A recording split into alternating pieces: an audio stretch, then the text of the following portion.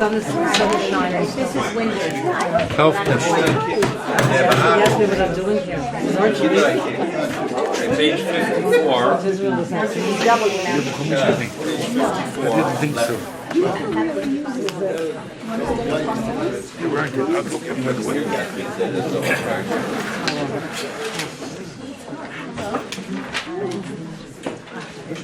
At the tail end of last week's Parsha,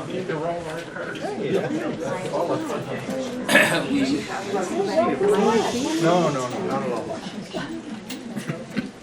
at the end of last week's Parsha, we were introduced to Avram, Sarai, Lot.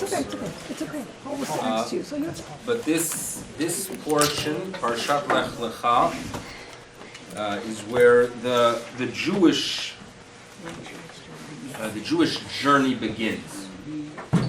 We have a man and his wife, age 75 and 65,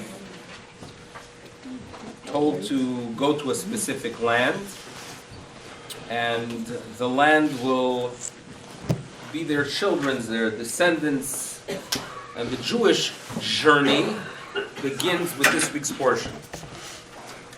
Quite often, when people want to present the land of Israel as a land that belongs to the people of Israel, this portion is a portion of inspiration.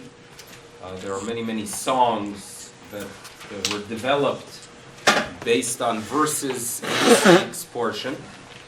It is a portion that gives us a strong claim for the land. But what we have to remember is that besides the fact that we are presented here with a link to the land of Israel, the concept of a Jew, the purpose of a Jew, the message of the Jewish person, the mission of the Jew, all of that needs to find its source in this week's portion as well, because as a nation, we are much more than just a nation that was given a land. We happen to have a very unique role. We happen to have the ability to function even outside of our homeland, to retain an identity without a homeland. Something very unique there. There is no question that when we are in the land of Israel, we have the concept of home field advantage. Like in sports, if you play games at home, usually, even though the Jays have their own way of doing things, but usually you do win at home. And it seems to be that in the land of Israel we have a home field advantage. According to Nachmanides, the mitzvot are more valuable in the land of Israel. So the same mitzvah you do here, when you do it there, it has like a bonus value. So when a child of mine goes ahead and calls me and wishes me a good Shabbos, if it is from Israel, it might be more expensive, but the reality is that it's more valuable. They're doing Kibud Av Va'em from the land of Israel. So there's a home field advantage.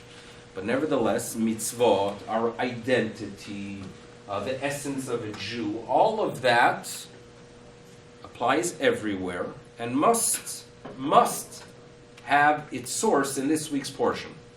So that's what we're going to try to do, to figure out a little bit about the Jew and its origins.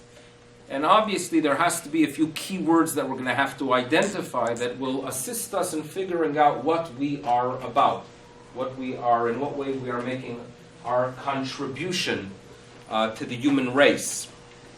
So let's look at the Parsha itself.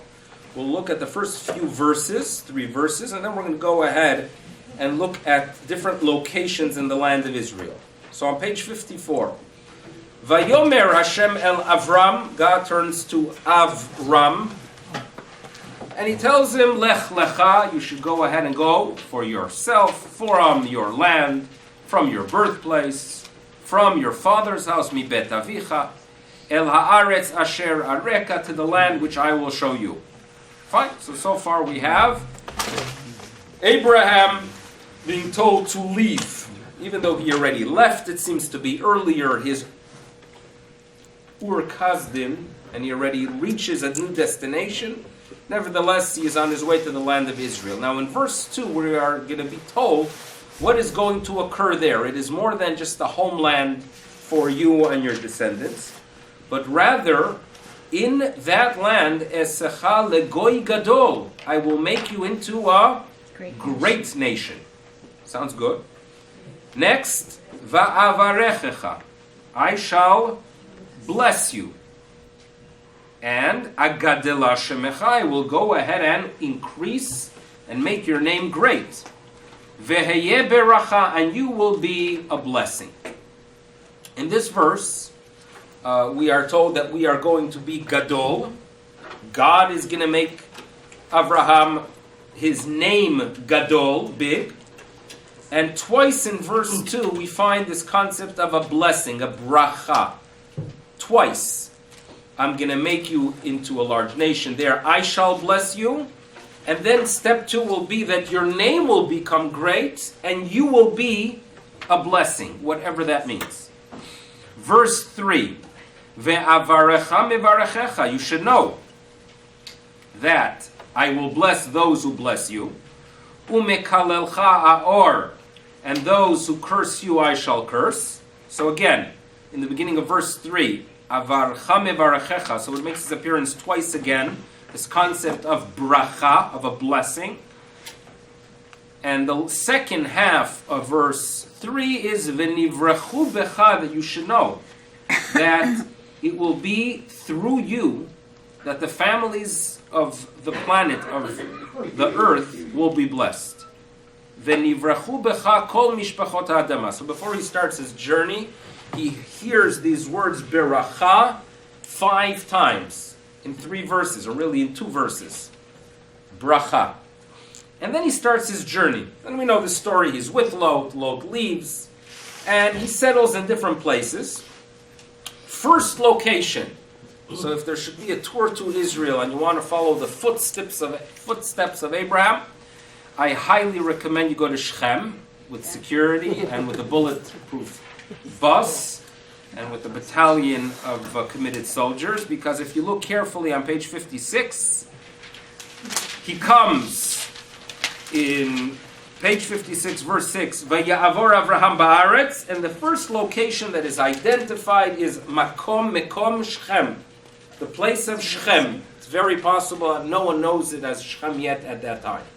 Meaning when Avraham is there, he has no idea, no one calls it Shechem, but rather, this text is given to the people many years later, centuries later at Har Sinai. And by the time at Har Sinai, it was already identified as Shechem. And the Torah uses the language that the generation present at Mount Sinai is familiar with. They are familiar with the name Shechem. It's very, very possible. It's not a must, but it's very possible.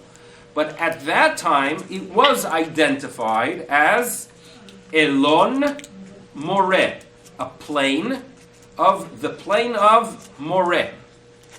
Okay, a plain. Moreh is the name that we get here. We are told that the land itself is occupied. It's an occupied territory at the time by the Knaanim. God promises him the land. Fine. Stories occur we are very familiar with. He has to go down to, this is after the Egypt. There's one more place that is important to be aware of before we start deciphering the journey of the Jew, and that is on page 60. We talked a little bit about this as well in the past. That eventually he moves to a different city, another very significant place in the land of Israel, location number 2 for our tour stop, and that would be obviously Hebron. Shechem, Hebron, that's where our roots are. Right? Hamas land, unfortunately now, but historically and in the future as well, there's no question in my mind. If you look at verse 18 on page 60, so we are told that he moved his tent, right? Page 60, verse 18. Vayel Avram vayavo vayeshev, and where does he settle? Be'elonei Mamre. The Elonei, the plains, here we go, plains again, but this time It's Mamre. The first fellow, the first plane, the one in the north near Shechem was Moreh. And now it turns into Mamre Asher Bechevron. It happened to be in Hebron. And he builds an altar. When Avram builds an altar, it's a way of proclaiming, informing, teaching, reaching out, talking about values. That's what he does. Then we have, of course, a big battle. And the Parsha continues with many other events, dealing with a child called Yishmael, dealing with the fact that he is commanded to perform the Brit Milah. But what we're going to try to figure out really is the theme of the portion. When you say that someone is blessed, what does it mean to be blessed? What does it mean to be blessed? In other words, in the Hebrew language, the word bracha, it's used so often. We use it on a daily basis hundreds of times, right? It's actually 100 times a day we make brachot. And we say that God is Baruch. Is He blessed? Is He blessed? Absolutely, He is. But at the same time, that it's absurd for us to start our statements with the fact that God is blessed. What does it mean He's blessed exactly? But He has a world to deal with. What does it mean? So it's it's a term that's unclear, correct? And so too, our whole Judaism in essence is unclear. Let's face it. There's something very complex about our religion. We are believers that we pray for things during the high holiday season, and we pray well, good year. We don't pray well, bad year. You pray during the day, a good day you pray well, the results are good. I don't know about you, but it doesn't always correlate from what I see. I know some people that don't pray, and they have good days. And I've seen people who actually prayed, and they had lousy days. Harper prayed yesterday. My feeling is, right? He did. I don't know if Trudeau did, but Harper did. There are no guarantees. So what is this idea that we are expected to day in, day out make requests when the results don't always seem to match? Serious question here, right? High holiday season, this is a question we deal with. So what's this idea of bracha? What's this idea of prayer? What's the real mission of the Jewish person? What are we trying to achieve for ourselves? What are we trying to achieve for humanity? This is a very serious question we have to deal with. Number 2, regions in the world that are presented in the biblical period symbolize attitudes. In other words, if you look at the world, what was the world they were familiar with? Well, their world at the time was basically the Fertile Crescent, which we could say ends in the land of Israel and Egypt to the south. On the other end of the crescent, which they called it to the north, which was actually to the east, but the reason it was called to the north was simply because the roads leading to Babylonia, to modern-day Iraq, were not going to cut through Jordan. You couldn't survive. It was a desert. So the roads went by cities, and cities were always located on the rivers, on the Euphrates. So there was a region called Babylonia, and throughout Tanakh, the people of Israel are being pulled in different directions. Political movements. Do we go with the Babylonians, or do we go with the Egyptians? Is salvation going to come due to our alliance with the Babylonians, or due to the alliance with the Egyptians? Throughout Torah, we're warned, don't rely on the Egyptians. Don't go back to Egypt.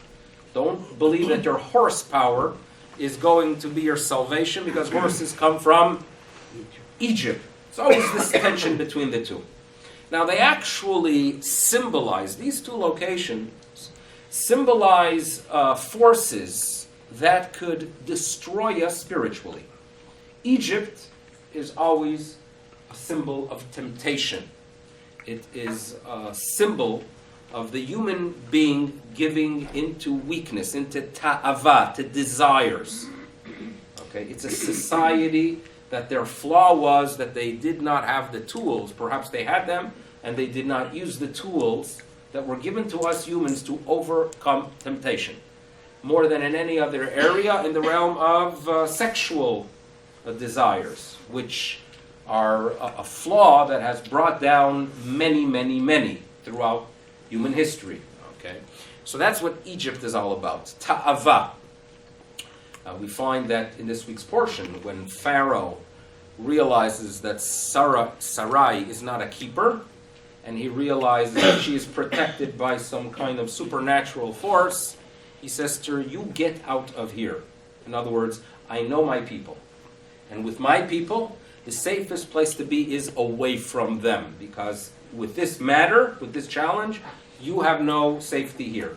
Mitzrayim, right, is always compared to the Ervat Haaretz, we call it. It is an area where temptation is the symbol of its flaw. Now, Babylonia, on the other hand, when it makes its appearance, that region makes its appearance with intellectual corruption.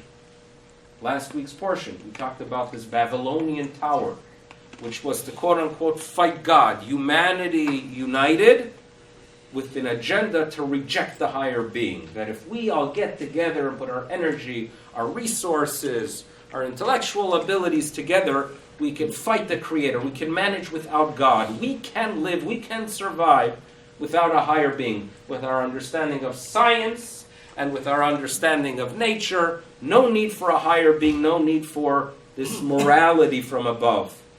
There's a flaw there that's an intellectual flaw. Okay? Now, among Jews, we lose people due to two forces. Due to the Egyptian flaw, desire, people that give into desire.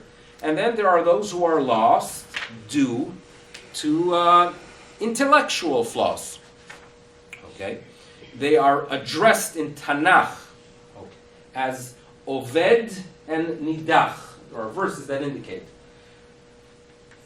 that a person who is an Oved is lost intellectually. A person that believes that everything works out because I have an understanding Spinoza. If I add Spinoza, Darwin, and all the wonderful studies that I get in the Department of Humanities nowadays, I know that there is no higher being, there is no God, and I'm very, very comfortable with my identity without a God.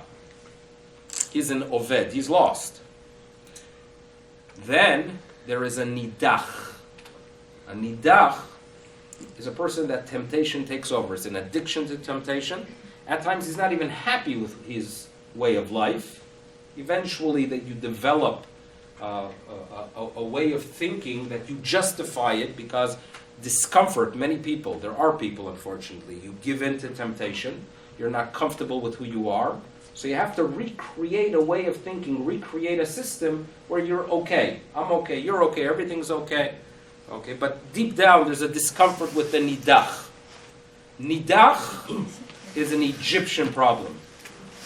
Oved is more of a Babylonian problem. Now, Babylonia made its contribution in the intellectual realm, and we actually brought it in. We brought it into Judaism. It is as if we elevated it, because there's something very intellectual that we call the Babylonian Talmud, indicating that the intellect there, that unfortunately was used in a very corruptive, in a form of corruption, was elevated with Rabbinic Judaism and the Talmud. But those are the forces. In the Messianic era, we do believe that people that are lost in both realms are going to return. Those who are Ba'u ha'ovdim me'eretz Ashur, they're going to return. The Oved, the people that intellectually were lost, they're going to return. The Hanidachim, and the person that give into temptation, that have an Egyptian lifestyle, what's going to happen to them? They're going to return from, the Hanidachim are going to return Mitzrayim. That's going to occur. Okay, these are the forces. Now, in the land of Israel itself, different locations somehow have a force of fighting them. In other words, Hebron gives us the tools to deal with southern temptation of the Mitzrayim. Shechem gives us the tools of dealing with the Assyrian, Babylonian temptation.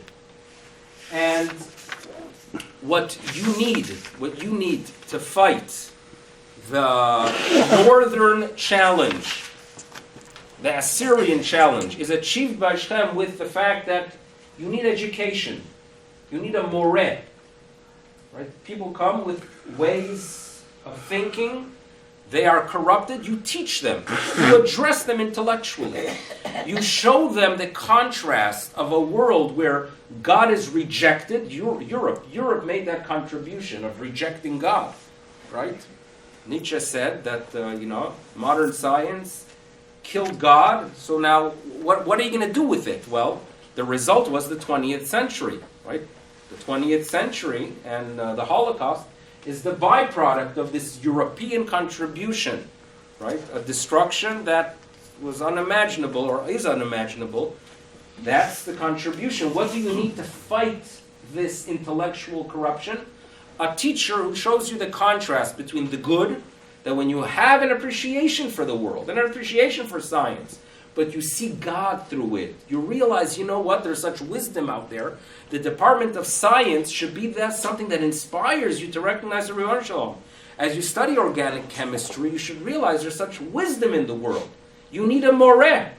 And the same teacher who teaches you that science should tell you that if you study the exact same thing and you reject God, there's a contrast there.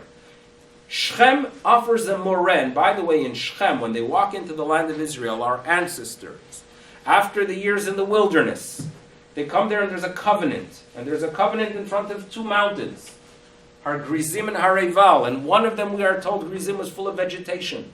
Two mountains, one next to the other. One is full of life, vegetation, beauty.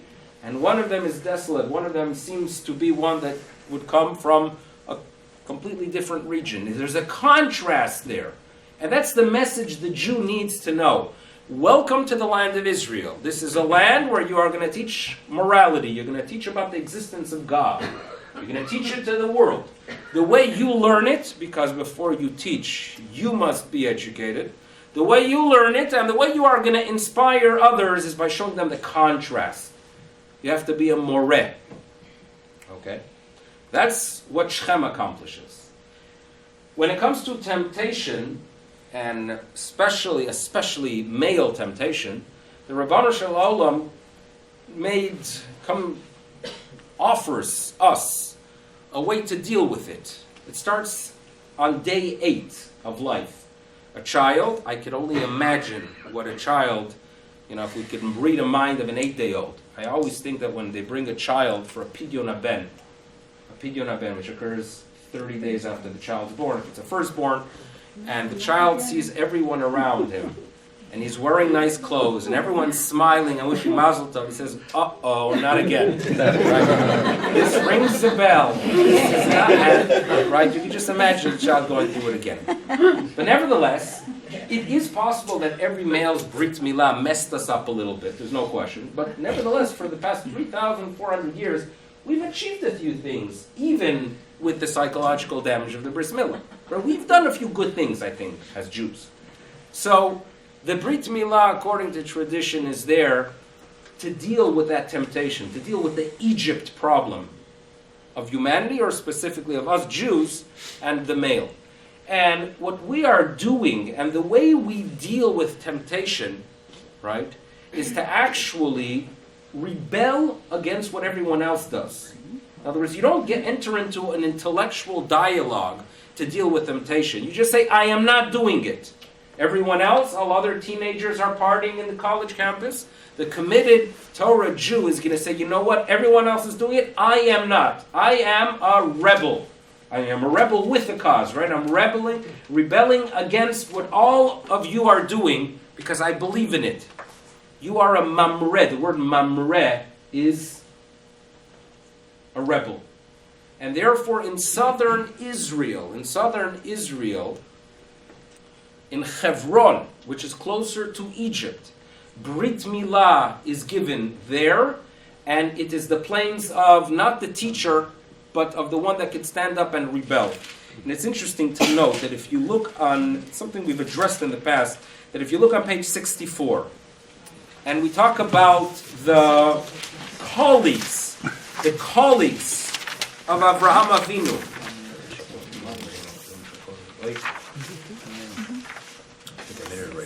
Aner eshkol mamre on page 64. What was it?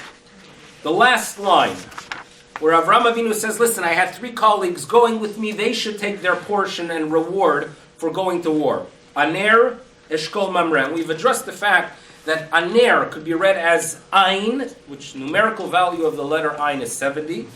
And ner is a candle, and we Jews are like a candle to the 70 nations. We are a light upon the nations. We interact with the nations, right? We don't ignore. We are concerned about the human race. We're not a religion that looks at everyone else as infidels. We look at others as those that we have a responsibility for. We are a light, a ner upon the ein.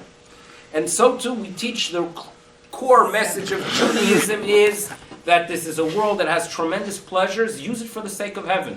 And it symbolizes by wine. We make kiddush, we sanctify the world. How do we sanctify the world? With wine. Symbolizes pleasure. There's a great feeling after a good Merlot. There's no question about it. But we use it, we elevate it, we sanctify it by making kiddush. The eshkol is another symbol of what Judaism is about. But you have to remember that there are times that the only way we could survive, the only way we could keep our identity alive is with a mamre. That's the 3rd colleague of Avraham Avinu. That is what Judaism is about. Okay, and that's what the land of Israel is about. It's more than a land, there is a message. Every location has its significance. But now let's go back to the beginning of the portion. So what is this bracha all about? Bracha is not blessed. Bracha is an understanding that the source of all good is from God. Now, people could live their life and have a good life without recognizing that He is the source of all good. Many people live such lives. But the bottom line is that those lives are not really considered whole lives. They might have everything. They might have the pleasures, right? They might fool themselves that everything is good. But the reality is that we are believers, that Hashem is the source of good. When we make a declaration, when I wake up in the morning, and I'm able to focus in my tefillah, and when I turn to the Creator and say, Barech Aleinu et Hashana Azot, that the produce of the land, which symbolizes my income and my investments and the Canadian dollar, when I turn to the Ribono Shel Olam, for some of us, so when I turn to the Ribono Shel Olam in prayer, correct? The result is that if I'm really mindful and I know that He is the source of all good, and I utter it and I believe it, whatever I do get during the day, whatever I manage to do at work, the paycheck that I get at the end of the month, it is from Him. So suddenly those physical things that I get, everyone else gets them. I happen to be getting them from the Ribono Shel Olam. If I did not pray, I might get that paycheck, but it's no longer from God, it's from nature. I want to get, I pray for health, and I pray for wealth, and I pray for all the good things. But I understand that the source is from God, and by identifying that the source is from God, the same exact things that everyone else is getting, I am actually getting them from the Ribono Shel Olam. That's what prayer is about. Okay? It's interesting to note that we always say bracha. You look at the word bracha and the shorish of barech, bet, resh, chaf, and you look at the numerical values of every single one of them. Bet is 2, resh is 200, chaf is 20. It's all double, right? And the truth is, all of creation is really, we said that the world was created with the letter bet, meaning what the 1 symbolizes God. 2, where you could believe that there are other sources, where you could live a life believing that there is something called the laws of nature and that everything is random. That's a bet world. Our goal is to indicate that everything comes from the Creator. That's what the Jewish person is all about. The Jewish mission for ourselves and for the world is to declare that all that you see comes from a higher being. He wants things from us. He wants us to be ethical. He wants us to go ahead and appreciate the wonderful gifts that exist in this world. Recognize that it is from Him. Modim anachnu lach, modeh ani lefanecha. That's what we are all about. Let's read the first 2 psukim of this week's portion. Okay? So again, Avraham, verse 2. I'm going to make you into a goy gadol. You're going to be there a great nation. And ve'avarechach, I'm going to bless you. Everything you get, it won't be random, it will be from me. And as a result of that, you will begin your mission, and your mission is to be sure that you are not the only ones recognizing that everything is from God. You're not going to be the only ones praying and saying, Baruch atah Hashem, that everything is from you. But rather, the goal, the Jewish goal is that humanity should recognize it. Your name should become great. What does it mean that the Jewish name should be great? What does that mean? That everyone should be buying Intel chips that are made in Israel? Right? That's not the goal of the Jewish people.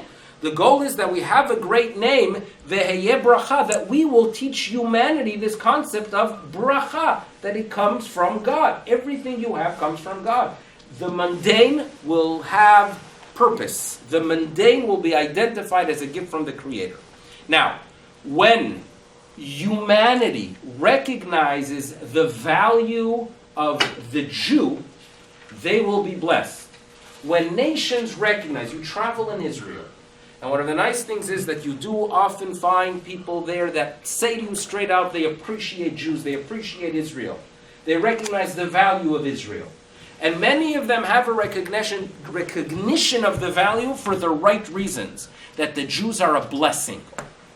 Those who recognize that the Jewish people are indeed a blessing, they are blessed. So now we can look at verse 3. I shall bless those who bless you. It doesn't mean that if people just turn to the Jew and say, you shall be blessed. Not at all. I shall bless those who recognize your role, who teach this concept of blessing, that everything you have comes from the Creator.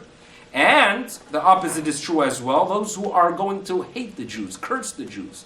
The Jews who are there to teach ethics are a very agitating entity. And there are those who would be much more comfortable if the Jewish people would simply not exist at all. Those will be cursed. And the result is going to be that humanity, when they recognize it, and this is a messianic concept, all the nations and all the families of the earth shall be blessed. You know, the state of Israel is involved in something called hasbara. You hear the word quite often. Hasbara. Hasbara is, in many ways, trying to walk up an escalator that is going down.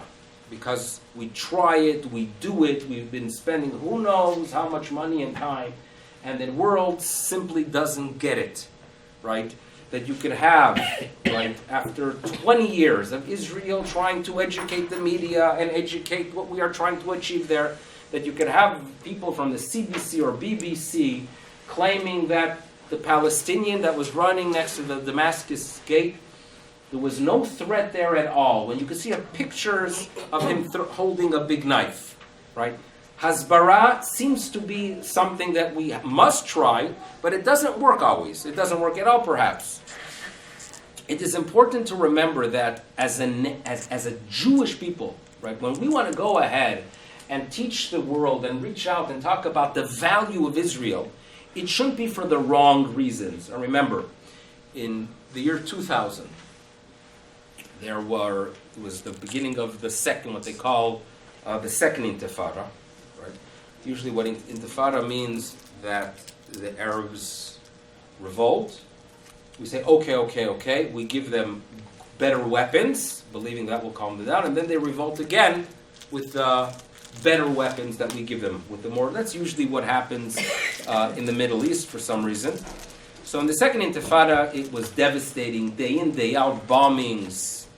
So we had a gathering in Buffalo, New York, at the JCC, and we had a representative of the State of Israel addressing us to give us a little bit of a chizuk to deal with the challenge.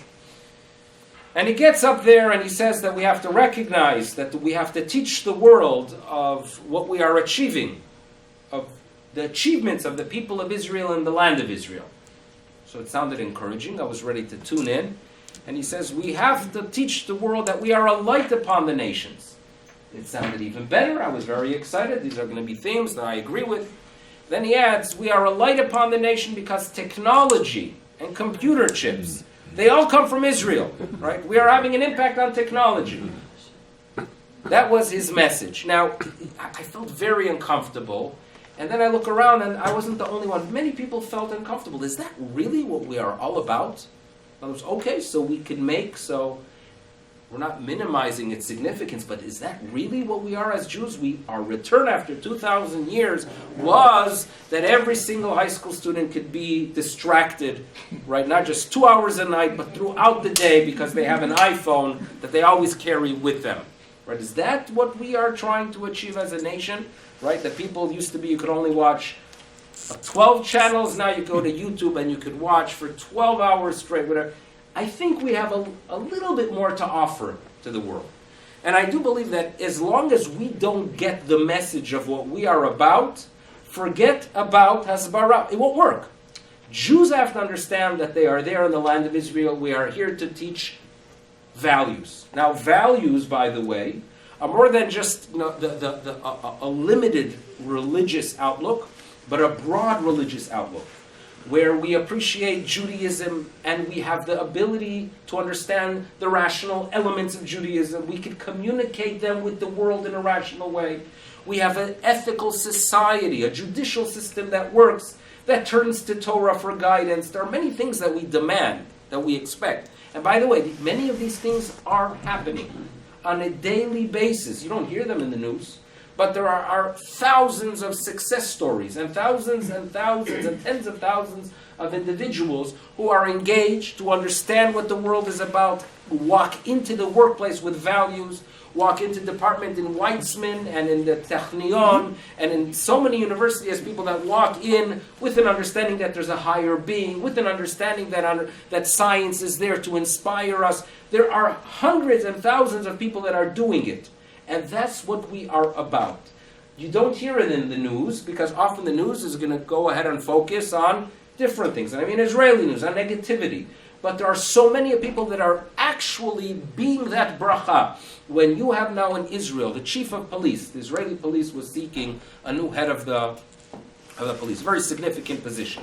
And they wanted someone that was really ethical, someone that they could rely on, someone that's going to uproot the corruption that exists within the system. So they find a person with a nice big kippah, with a person that they were able to show footage of him leading the davening in Hoshana Rabbah.